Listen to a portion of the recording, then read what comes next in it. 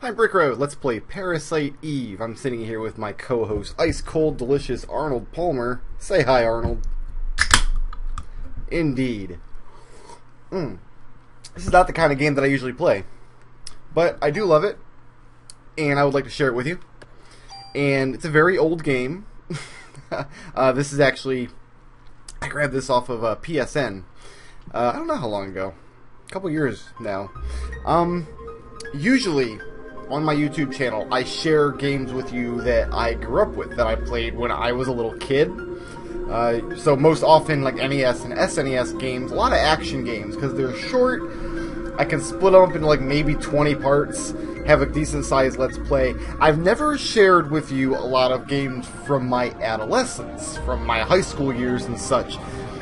And there's a couple reasons for that. The first reason would be that during those years, I played basically RPGs. I was kind of, I don't know, a moody teenage kid, and those games spoke to me, you know. The Final Fantasies, the Breath of Fires, and a lot of other PlayStation 1 era RPGs that we don't really need to discuss.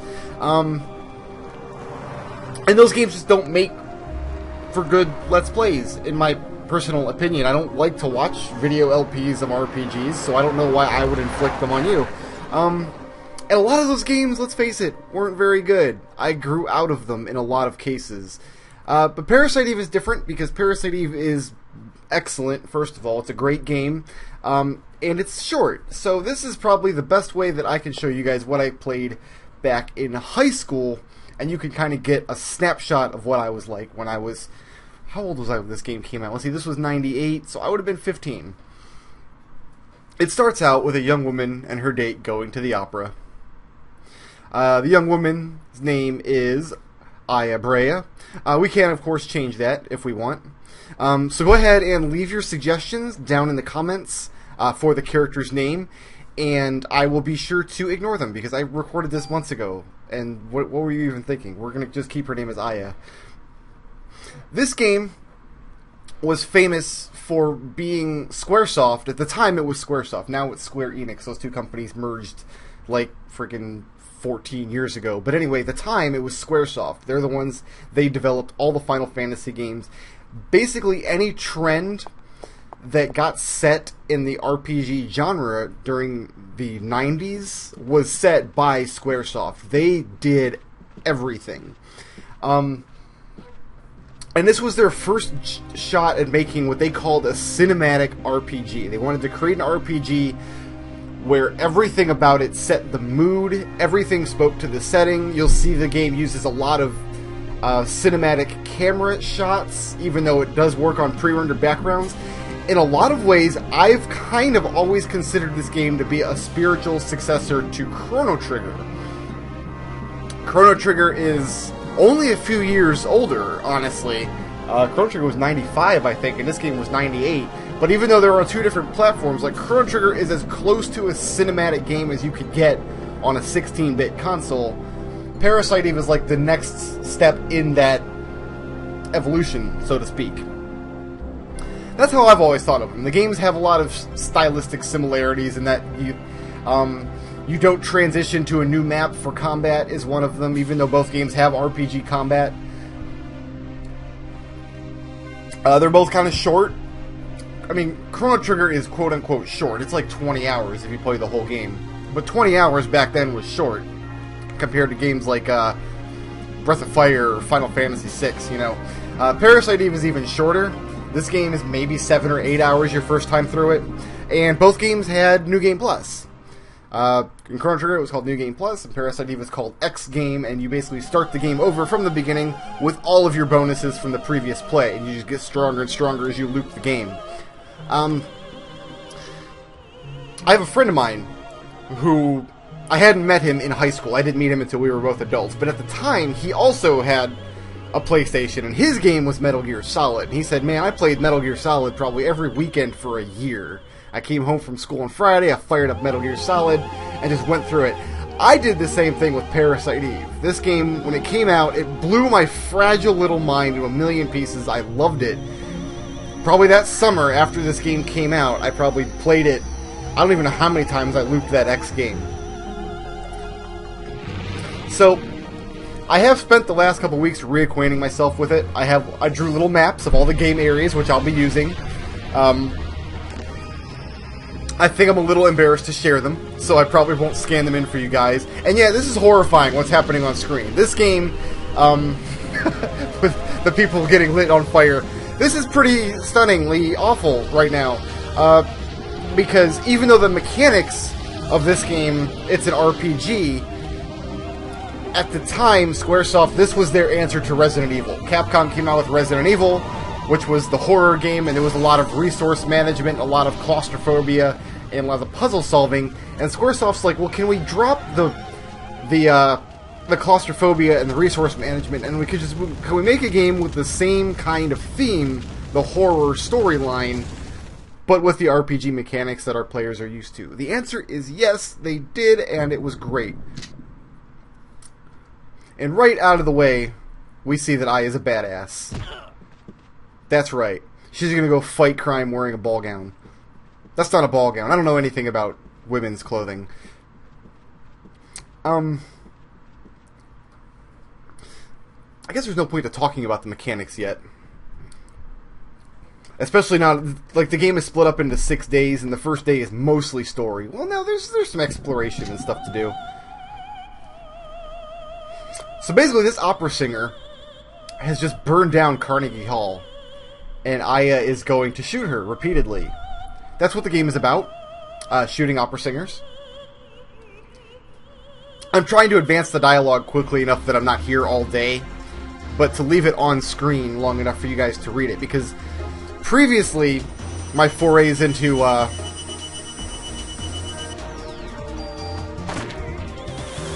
like, text-heavy games, people have said, oh, you advance the dialogue too quickly, we want to read it. My response to that has always been, well, why don't you just pause the video? But they're like, we don't want to pause the video every 8 seconds, what are you doing? So I'm going to try to read through the dialogue. I'm a speed reader, kind of, so I'm going to try to go through it at a speed that's comfortable to me. You're going to shoot your laser? Yes, you are. So as you can see, this game is an RPG, but it has some action elements to it. In between your turn, you have to dodge enemy attacks, and then you can pause the game to select your target. Kind of shows you the effective range of your gun. So we're going to shoot this opera singer over and over again. Dodging attacks is kind of a big part of the game. Like, that was one of the big selling points at the time, but as the game goes on, enemy attacks get harder and harder to dodge to the point where you might as well just absorb them. There are some monsters in this game you will just never dodge their attacks. It's just not going to happen.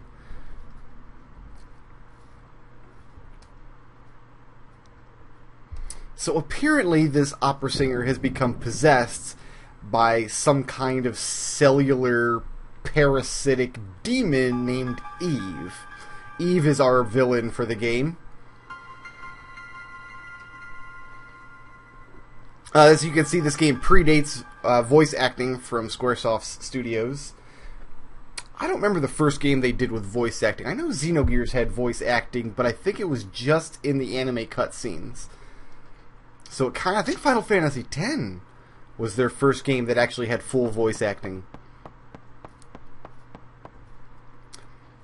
Anyway, let's head down into the basement of Carnegie Hall and figure this out.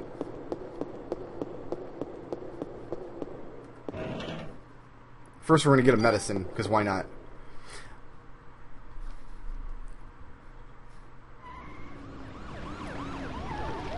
Okay, so there's my backup. I could run outside and get ammo, but this game, you have a limited inventory, and there are no shops, but the game is still not about resource management. Through the whole game, you will have as much ammo as you could possibly use, as much medicine as you could possibly use. You'll never be wanting for things.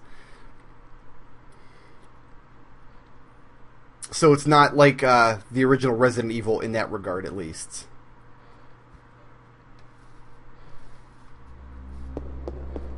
This game also has a lot of footsteps. That's probably the most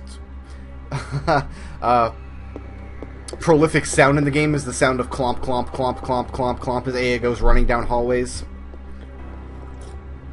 And there's a lot of full motion video in this game. There's probably as much full motion video in this game as there was in Final Fantasy VII.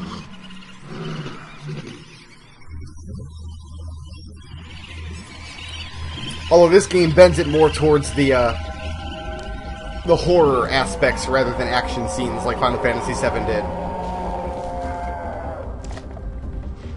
All of the monsters in this game, as you can see, are mutated enemies, or mutated animals, rather.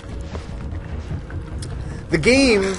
Okay, this is gonna bug... It didn't bug me when I was a kid. When I was a kid, I played this game, I'm like, wow, biology, that could all really happen, I'm scared. But as I grew up and learned more about biology, no, this game is totally science fiction. Nothing in it is good science or good biology at all. Actually, I'm almost out of ammo. I've only got a limited amount. I guess you only start with one clip. I will add to that very quickly, though. Basically, every time the game uses the word evolution or evolve or whatever, substitute mutation, because that's what's really happening here. That really, really, really bugged me the whole time I was playing this game this past couple weeks. Medicine back here in his box. And a body. Oh no, a body. That's terrifying. And a save point. All phones are save points. Let's go ahead and save just in case something awful happens to me. This game takes place in 1997, so it was contemporary for its time. But it's so dated now, like to see phones with handsets and to see like big CRT monitors and things. At the time, that was all just technology, and now it's wow. This game is really takes place in the past. You know what? Growing up, I used to watch horror movies from like the 70s and 80s. That must have been what this feels like. Is going back now. I remember watching horror movies that were made in the 70s and 80s and being like, oh my god, that looks so old. But really, it's not that old. There's some ammo in here, right? So far, my map has been totally accurate. Let's read a diary. Horror games always come with diaries. Come on, get the diary. There we go. So, because this game is so old, there are a lot of things about it that would make it very difficult to play. For one thing, you have to choose between the analog stick or the D-pad. You can't use both at the same time. This means either you have to walk around the map with the D-pad, which means you're limited to 8 directions and you have to hold down a run button to move quickly, or you can use the analog stick and move in a fashion similar to how we're used to today, you know, with modern games. But because it disables your D-pad, you have to do all your menuing with the analog stick, which drives me crazy. So yeah, when I played this game a couple years ago, I transferred over to my PSP. I think I played it with the D-pad, because menuing with that circle stick was just not working at all.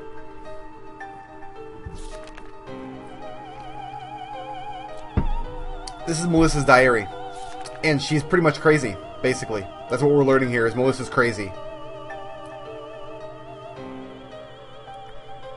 I wonder what kind of drugs she's taking.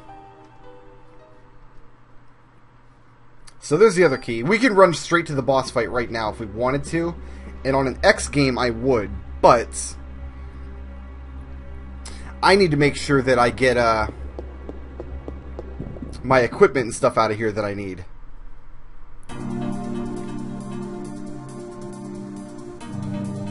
We're going to talk a lot more about weapons later, but... Oh, fireballs. Don't think so. Can I kill you before you shoot fire? But suffice it to say that Aya's gun will get a lot stronger much quicker. You know what? I keep saying her name is Aya. It's actually pronounced Aya. I didn't know that properly until one of this game's sequels came out on PSP, The Third Birthday. Terrible game. Don't play it. That's not a recommendation. The game sucks. But in that game, they pronounce her name as Aya. I don't like that pronunciation because she has a sister, like a kid sister she references throughout the game. Her name is Maya, and that means that her parents named their daughters Maya and Aya, which is like, no, come on, you wouldn't do that. Are you kidding me? Also, this is a thing. I'm running around with the control stick, yes, and you would think that I could like run against the wall and hit the action button to try to examine things. No, you have to be stopped if you want to examine something. And it's very, very tricky sometimes. You gotta be standing in just the right spot. Like, I know that I can open this cabinet. There it is. Things like that used to be difficult in games. We didn't know no better. We didn't know it was gonna get any better than that. So, we had no idea that, oh, it's hard to open this cabinet was a thing. God damn it, he burned me. There was nowhere to dodge to. That yellow number meant a critical hit, which is nice. Yeah, you see that rat dropped 6 bullets, and I only used 1 to kill it, so... You ramp up in ammo pretty quickly. There's a defense +1. We'll use that in a minute. Did I get the gun out of here? There it is, the P220. This gun is going to be our best friend all through the game. So, guns have 3 stats, attack, range, and bullets. Hopefully that should be self-explanatory. They've also got slots down below where you see it says fire ×2. That means that Aya can fire the gun twice each round. The problem with that is each shot is only at half power. So a gun that has 2 shots per round fires 2 half-power shots. That's pretty much okay for most of the game. We are going to be dealing with that a little later. And here's an end protector, which is strictly better than the vest she starts with. Plus, this is the other upgrade system in the game, is you've got these items that are littered throughout the game. The way this works, and I'll just explain it real quick, is you can see that weapons and armor both have 3 stats. For armor, it's defense, basically magic defense, and critical evasion. Every weapon and armor has base stats in all of those. For this armor, it's 11, 9, 16, and they've also got bonus stats. The bonus stats we can upgrade in various ways throughout the game. So what I'm basically going to do is equip this P220 now, and just upgrade its bonus stats all throughout the game, and we're going to use it almost until the end of the game. That's because a lot of the extra stuff you can put on equipment kind of isn't that important, excuse me, until you get pretty late in the game.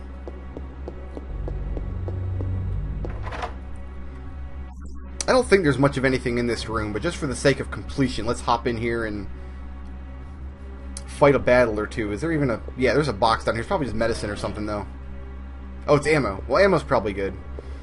You also see you've got limited inventory space. That will go up as Aya increases in level. She will gain more and more inventory space, which is quite useful.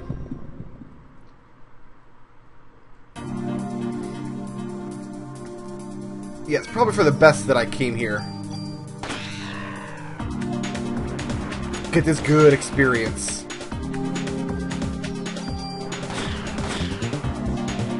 Alright, so I'm taking care of the rats now with the P220 pretty easily. Go ahead and use up one of my medicines. I might as well, because my inventory's full at this point.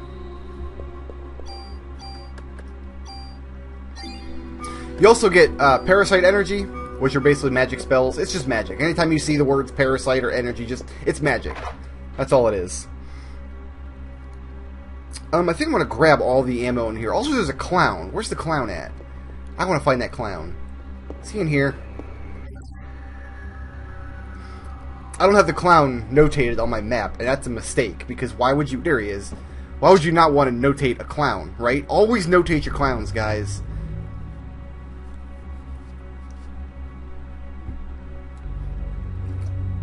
And then there's ammo in one of these lockers.